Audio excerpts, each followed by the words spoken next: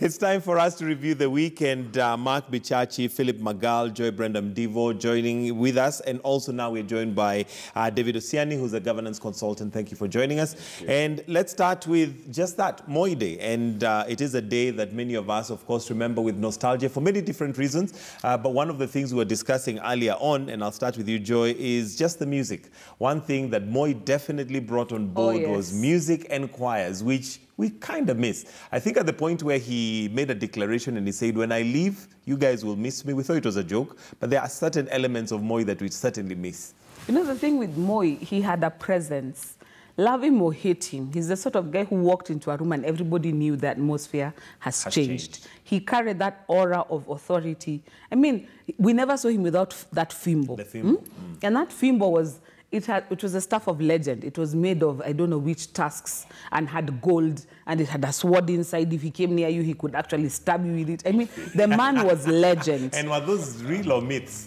I am not too sure. Until today, you know, and that's a good thing with a legend. You're never really You never know. You never whether Luanda Magere really turned into a stone or he died. Or not, yeah. That's the stuff of legend. And I agree with you. I mean, he had an entire commission dedicated to music. Absolutely. I remember he poached our choir master, Mr. Anami, who later became an MP, to just compose music. He loved music. And that was the thing with any public holiday. The choirs, I mean, you waited to hear what the choirs came up with, the prisons choir, the Muungano. You know, all those guys came together, and that's the stuff where people start singing, and immediately you're 10 years old and you're swinging by the side of the road with a little flag because he's driving along Jogo Road going back to Tau.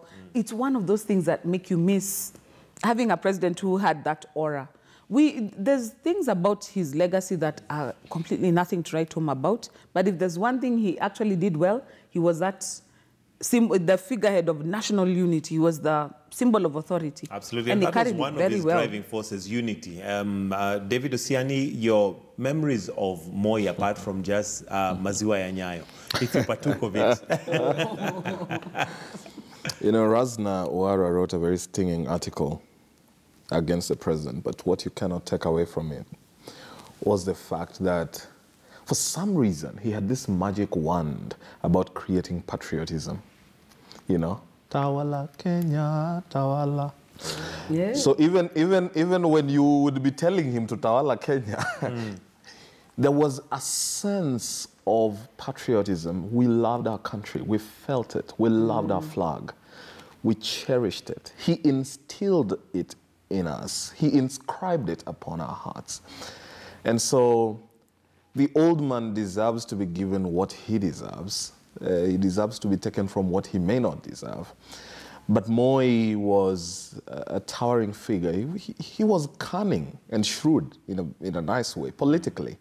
You know, yesterday when I was away, so coming back, I remember one of my friends called me and said, Chairman, bado uko Moi Day, hii Moi Day imetoka wapi? I told him jokingly, he told you, Kano would reign for 100 years.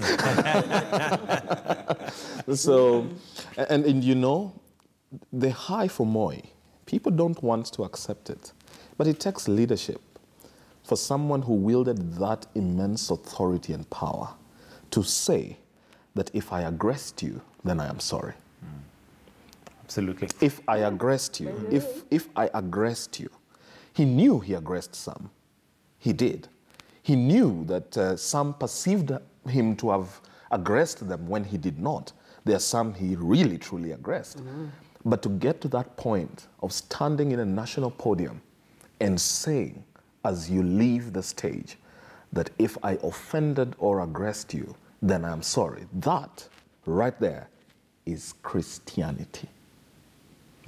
And that's something else, Philip Magal, that Moi was very well known for. He never missed church on a Sunday. And this might be because, well, I think at that point in time, before we had so many media houses, everything, the first 30 minutes of news was purely where Moi was and what he was saying.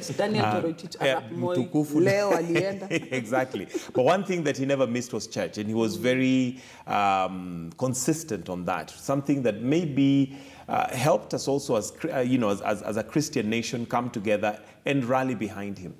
Yes, there are so many good things that we can say about the man, just like there are so many you know, a bit, few things that we can say bad about him. Personally, I do remember him for the maziwa. Oh, yes. I really did a lot of drinking of that milk. I also remember there's this time he was to pass near Dagoretti, that is Waidaka Center. I was in Dagoretti High School and we were forced to rehearse so as to make a presentation the following day. Luckily, he didn't pass that route. But I remember a pig was slaughtered in our school and everybody celebrated. That was the man. You could feel him. A day or a week before you would pass your way, you would know the man was coming. The road would have our flags, so on and so forth. What I do thank him the most for, though, is the peace and tranquility we enjoyed under him. You know, when the rest of Africa was burning, Somalia, Uganda, Rwanda, Kenya was the haven of peace. We were taking in refugees and accommodating them and giving them a new lease of life. Another thing that I really do thank him for was, you know, right now we are talking of universal free primary education. This is not universal free primary education. We had free primary education in its real sense of the word. I remember in my village, I did my lower primary in the village. We were sitting on blue gum logs and mud constructed classrooms. But then we received githeri at lunchtime, and every other second day we received maziwa ya nyayo. And that made most of us go to school, stay in school, and eventually finish and go on and become better things. And here you are today. And he was huge on education. Yes, and the other day we were just speaking about the state of primary school education in this country. Some kids died in a school the other day. Now, in a knee-jerk reaction, the government went around closing schools. Now we are told more than 200,000 kids cannot go to school because their primary schools have been shut down. I mean, what is the government doing? And the best part of it is that the leadership after Moi actually pales in comparison to the man. We castigated the man so much. We thought we were headed to heaven afterwards. But look where we are today. Tribalism is more entrenched. Chronism is more entrenched. Corruption is more entrenched. I mean, all Mark, manner of let me come to you on the question of authority, because one of the things that we, sort of thought that he had too much of was power. And I remember majority of the members of parliament would have to listen to 1 o'clock news by virtue of the fact that you could be fired at 1 o'clock.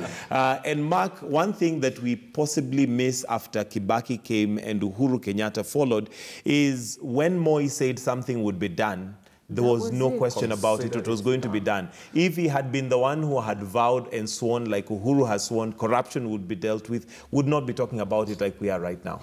You know, the thing is, and they say hindsight is 20/20, but sometimes we try to look at things in a bit skewed level. Though, let's look at the man Moi and what he was good at. He understood what it means to be president. He understood both the soft power and the hard power. He understood that to wield soft power, you need to have music in your country. He understood that you needed to whip up the emotions of your people. He understood the power of rallying people. To this day, if I ask any of the panelists here what is a gabion, they know it immediately because of Moi's ability to tell us that Momonyoko Odongo was a threat that this country faced. He knew how important it was for the country, especially an African country, to be led by a strong man. He understood that if he was here today, Somalia would not be bringing the nyoko-nyoko it's bringing now, of saying that now it's reporting us to the African Union because a civil flight flew directly to Kismayu without landing in Mogadishu. Those are ridiculous things that will never have stood in front of Moi. Now, what was the shift?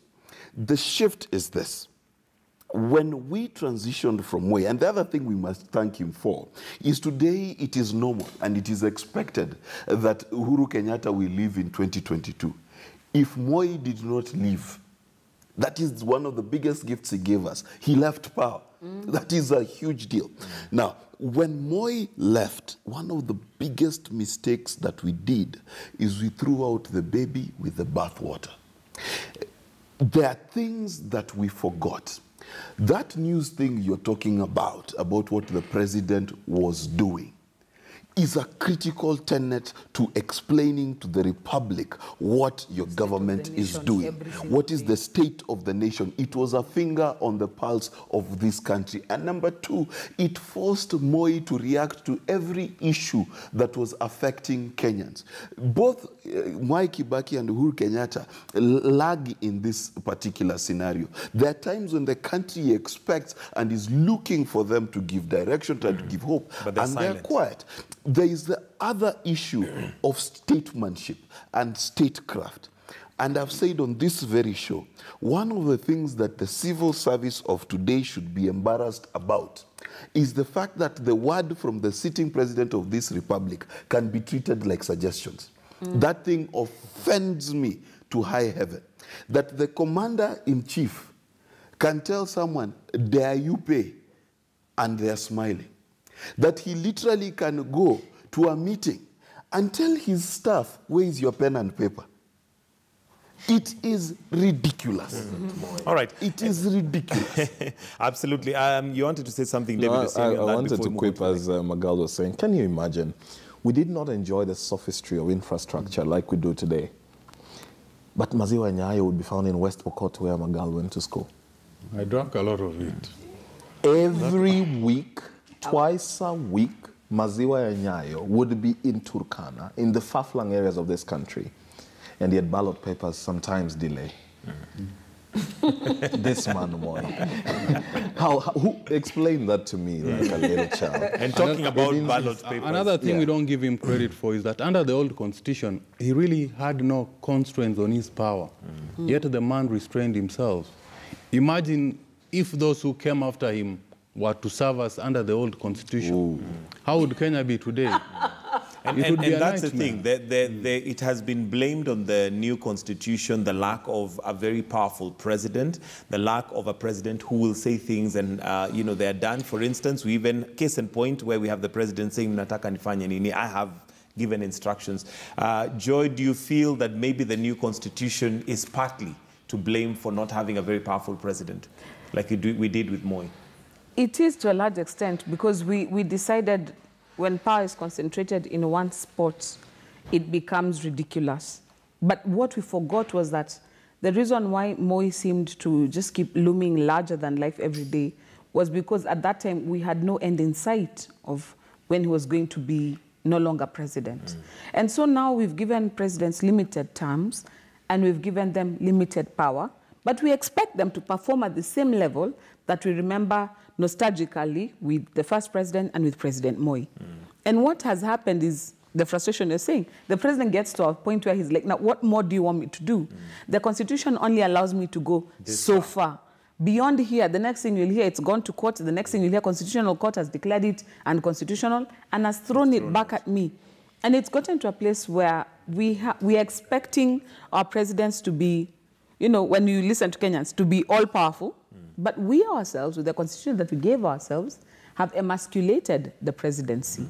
Now you need a president who works smarter.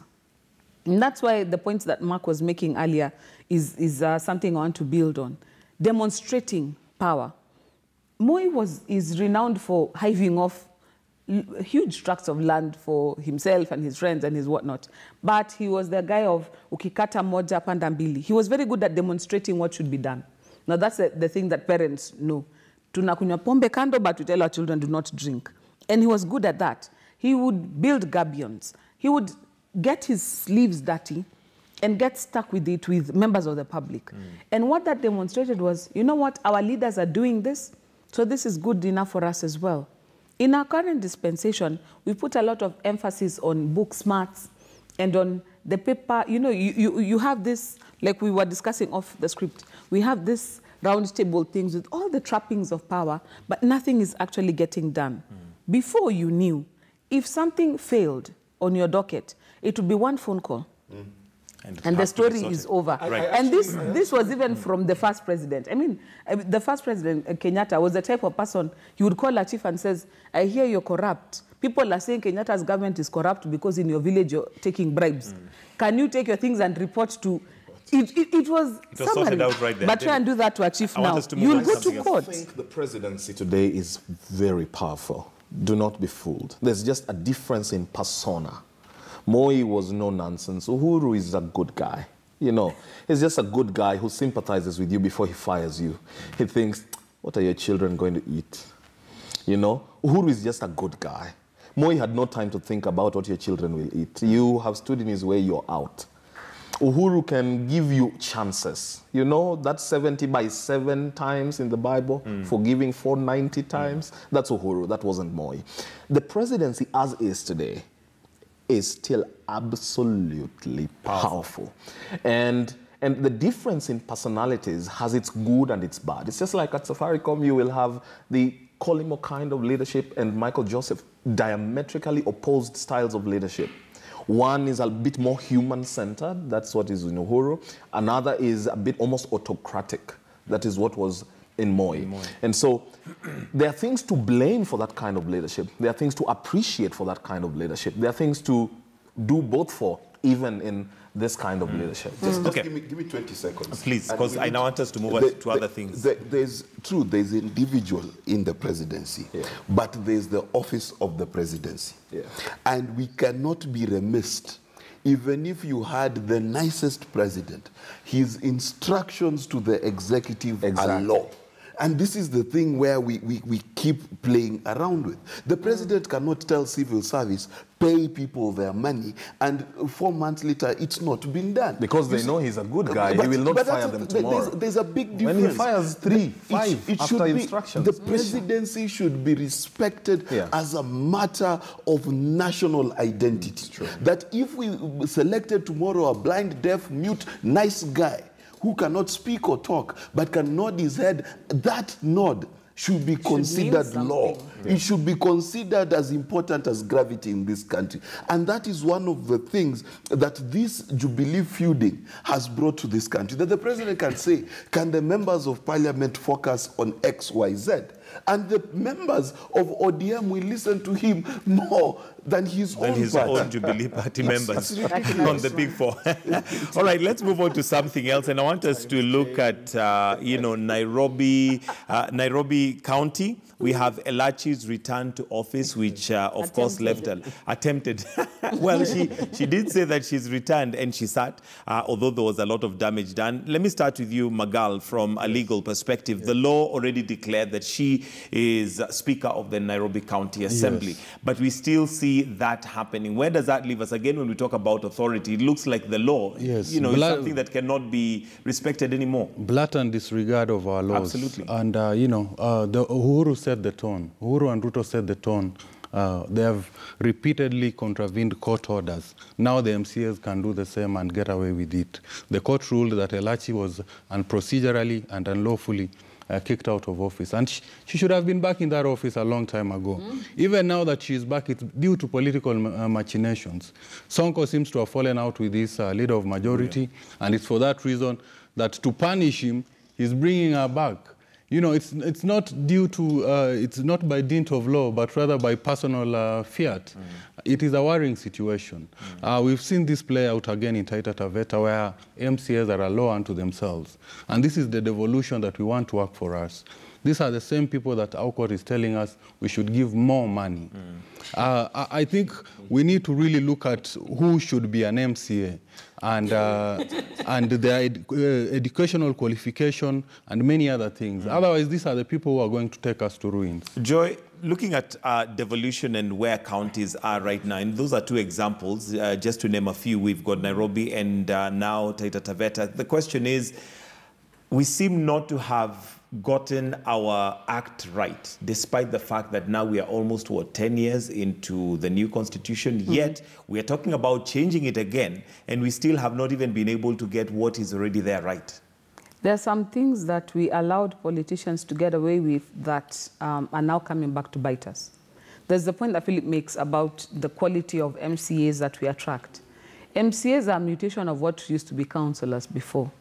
And councillors, aka Kajoras, were just known for, being rough and tough. It was not a job that had any finesse to it. But what we've seen in this particular dispensation is people becoming more aware that this is a position that could be potentially powerful. And so it's attracting a better caliber of leader. But before we get to a place where we've got a quality of MCA that you can say, these are people who can deliberate and reason about things in a impassionate and non-emotional manner, we still have a ways to go. And that shows you where I don't agree with you. The best thing I can do is throw stones and, you know, toss chairs and just cause chaos and mayhem. But look at the National Assembly. The members of the National Assembly, when they are writing and they're deliberating about this constitution, put all these requirements for everybody. You must have this, you must have that. But become a member of the National Assembly. All you have to do is convince people in a constituency that you're good enough and you're good to go. There's nothing about educational standards or anything to write home about. So you get to a place where you've got this monopoly of people with the largest mandate, the largest budget, the biggest control, but we didn't put the same qualifications on them as we did on governors or on senators, and now even on MCAs. So we've got two houses that are potentially very powerful, but we've put like almost the lowest threshold to accent to them. That's something that we need to change. And if we talk about constitutional change, we start with a constitutional audit. Let's see where we are with this thing. What's working, what is not working? Why is this not working? How do we get it working? Because devolution is a powerful tool. It can get us places. But if it continues the way it is now, we'll get to a place where the trajectory will be so far out on the trajectory that bringing back any gains will be difficult. Like right now you have governors who every single weekend they are bribing their MCAs to keep them happy. Those MCAs line up every Friday for their 100,000s to go and do whatever they're doing over the weekend. When Elachi came and the first thing she says is, you guys are not going for trips anymore. The next day it was, tables are being overturned. We have to come to a place where we make this work. We'll make it work. Just to jump in, she's raised an important point. Educational qualification. You know, we are living in 21st century and we cannot dispense with education. The High Court in the Johnson-Mudama case versus the IIG ruled that you don't need a degree to be an MP. Yet the MPs were trying to pass a law whereby one would need a degree. I mean, what did the court think that these people are going to do in the August House? They are going there to legislate. Legislation is a very important matter that requires proper competence and qualification. Look at the MCAs. What is becoming of devolution? Again, it all boils down to their educational qualification, though this might be dismissed as an elitist argument. But then, are we really elitist? There are those who argue that education is not equals to good governance at the end of the day, but maybe it has a role to play. David, we are on the eve of changing the constitution if we do go to the referendum, and if what BBI is supposed or thought to have, we are still waiting for the report to come out, comes out. But question is, have we done an audit of the constitution so far, and how well or how poorly we have performed to a point where now we're already changing it before we've even actualized what we already voted overwhelmingly for? Now, before I answer that, let me revert very quickly to what Magal and Joy have said, the disappointment in the quality of our MCAs. But that is an assumption that the quality of our parliamentarians or even governors is anything to write home about. All right? So we will need to understand that the MCAs, the leaders in this country, are extracted from our society. They are a look into our own mirrors. Okay. Until we have instilled in every Kenyan that corruption is punishable, and viciously so, until we have taught our children, and that's why I say we can only achieve this in 15 years if we start today. Until we have gone to schools and every teacher is made to make the child understand from class 1 that it is wrong to steal and you must explain everything you get home. My father would tell me, what pen is that? That's not yours. Where did it come from? He sought an accountable son. He ensured that I accounted for everything that wasn't mine that went back home. That then is how I'm unable to perceive something. So without the society changing, our leaders will just be a replica of us because they are gotten from us. The expectation from us is so low. The bar is set so low that today, Mike, if you're a parliamentarian and you don't loot enough and you don't build a 16-bedroom house in the village like Chris Wamalo has done, then guys will ask you, so this thing is not working for you? Now, on to the BBI thing. 10 years is sufficient time to audit our constitution.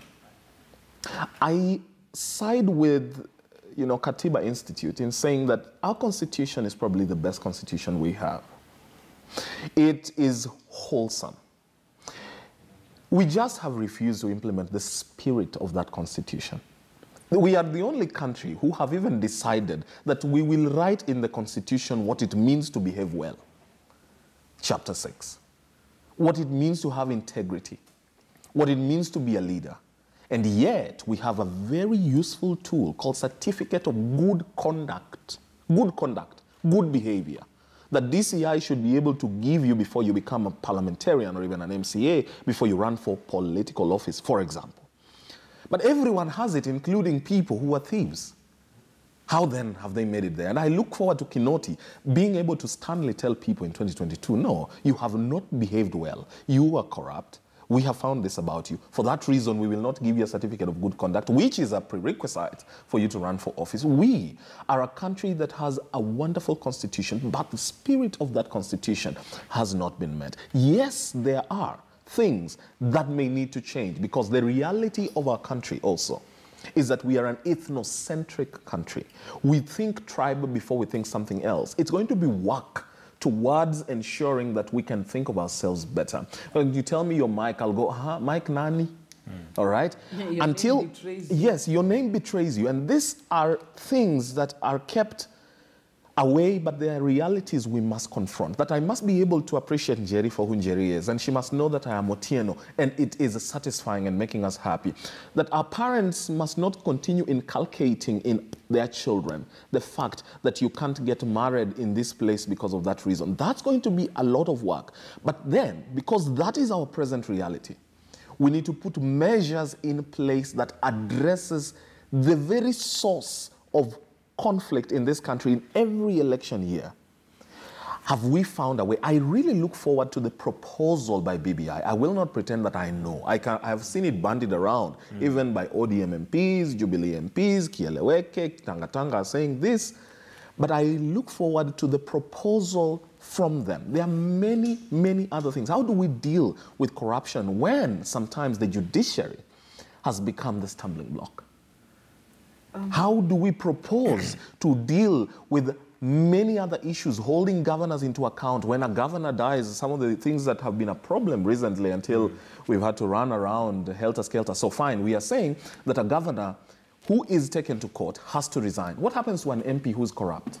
What's the framework that you will propose for dealing with some of these people? For dealing with that. Mark, as we conclude on that, Elachi back in office, and just looking at, devolution and the fact that here we are 10 years later, we really have not done an audit, and we seem to have politicians telling us more what they want to do. When we look at Elachi's return or attempted return, one is left wondering who is taking care of Nairobi County for the people.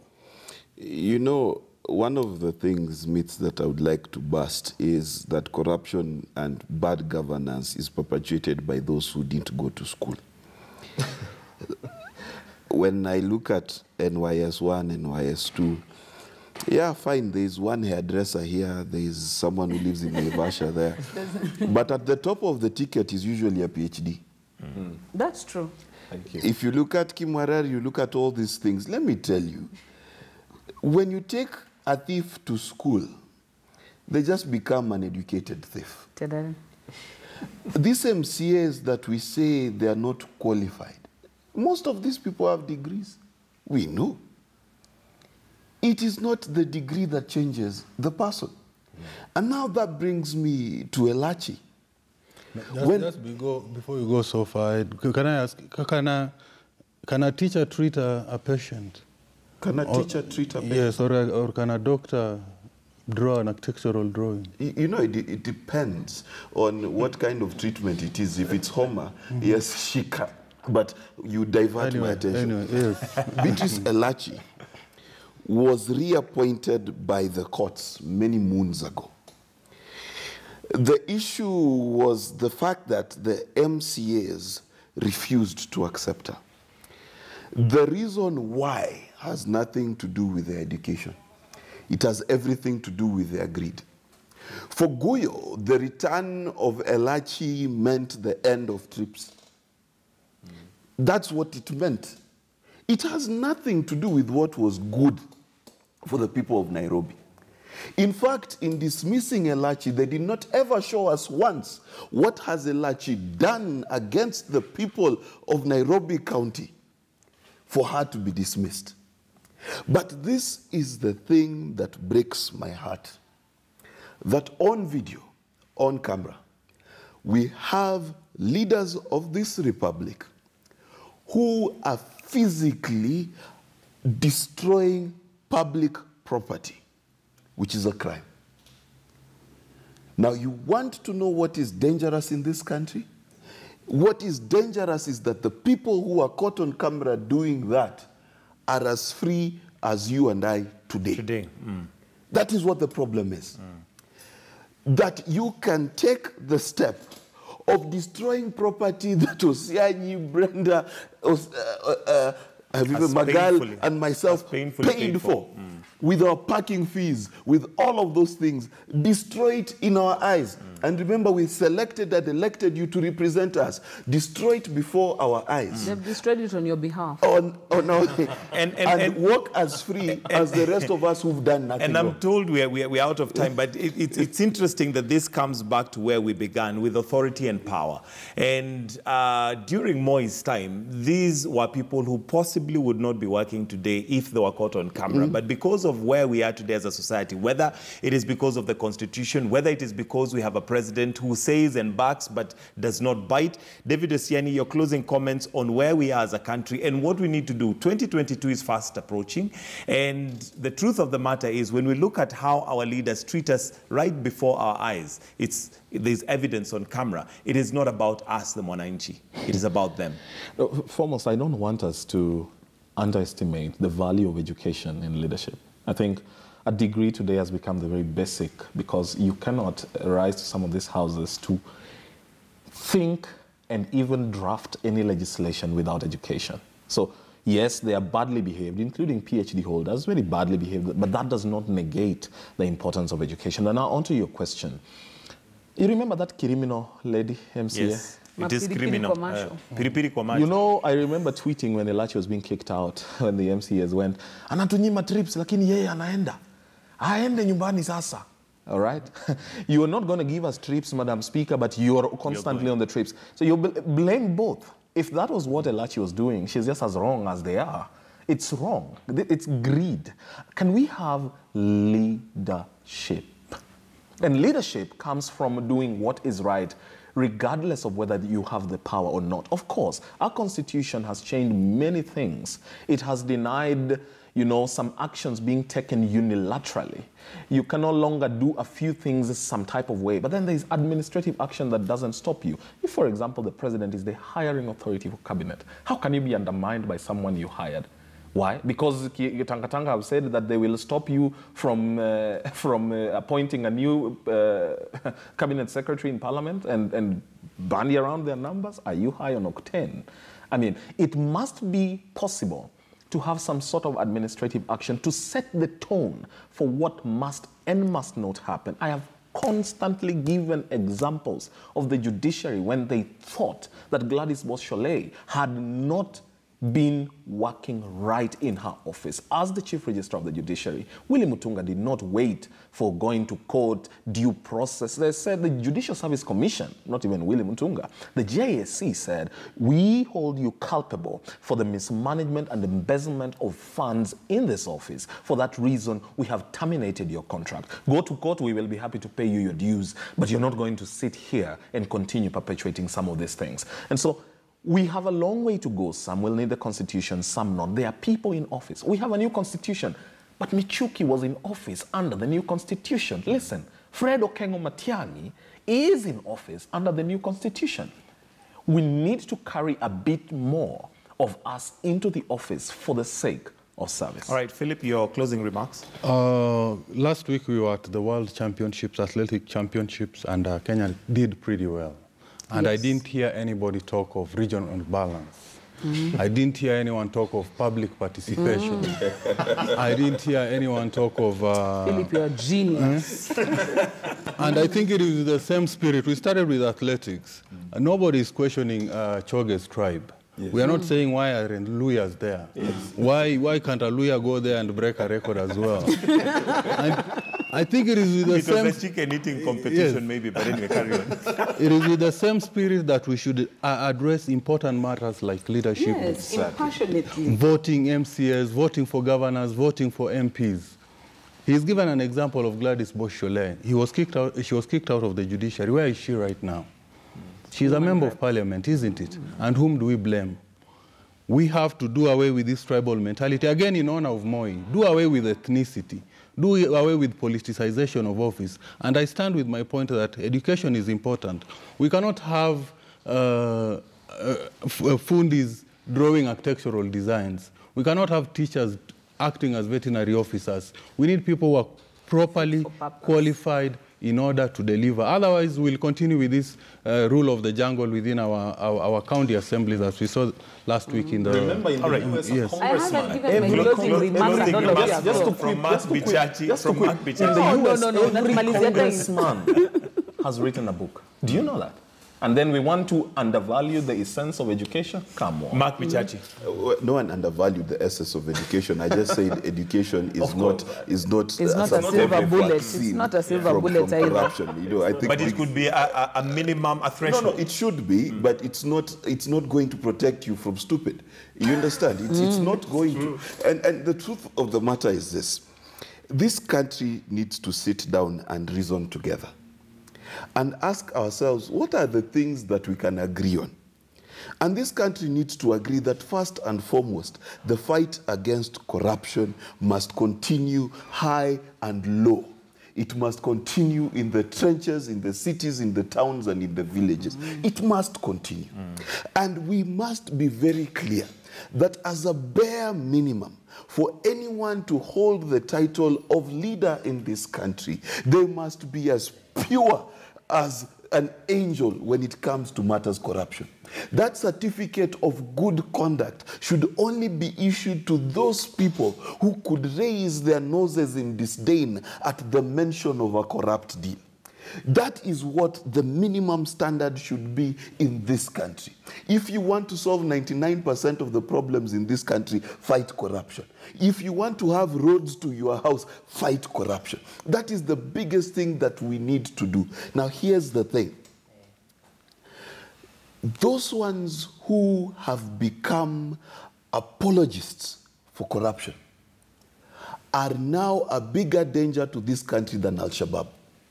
Those people who choose to pontificate and to address and to excuse corruption are the people we should put on the top 10 terror lists of this country. I don't know why we want to list Al-Shabaab. Al-Shabaab has caused less damage in this country, killed less people than corruption. Those people, tomorrow, we should wake up and there's a list of Kenya's most wanted, and they should all be corrupt people. And we should not receive them in our churches. But there's one thing that I must underline. When you're talking about a certificate of good conduct, all it confirms is that you do not have a criminal record. But it does not, you know, when I had David talking about it and Mark now, it's almost like Santa's list. You've been a good boy, so you get a certificate of good conduct. No, that is not what it is. It is a legal document that only proves that you do not have a conviction with the DCI. If we want to elevate the standard to something else, let's go back to chapter 6 and to the integrity law in Kenya. The integrity law is one that says, unless you have exhausted all your mechanisms for appeal, then you're still Mopeka Mapamba. It is the courts which say that. Exactly. No, and even they wrote the law in a way that you must be given the opportunity to defend yourself before you can be barred from office. We've seen that with the National Land Commission proposals. You tell somebody, but this one has a case in court, but they go ahead and tell you, until he's done with it, we go ahead and approve. As Kenyans, we have to start saying no to some of these things. And also to look at ourselves in the mirror, because if you see some of the scandals that are being unleashed, we are a very wicked society. So I agree with David as well. We have to look inward. How are we raising our children? What values are they carrying? And why are we surprised when what we have at home in our corporations and in our organizations is playing out in public life? I agree with Mark. Corruption is killing this nation. It's the most expensive drain in our country now, and we have to plug it. All right, that music means we are really out of time. Thank you very much, Joy, David, Philip, and Mark for joining us this morning to review the week. And, well, we'll have to wind up the weekend review right there, but do stay with us. We have more lined up for you right here on Morning Express as we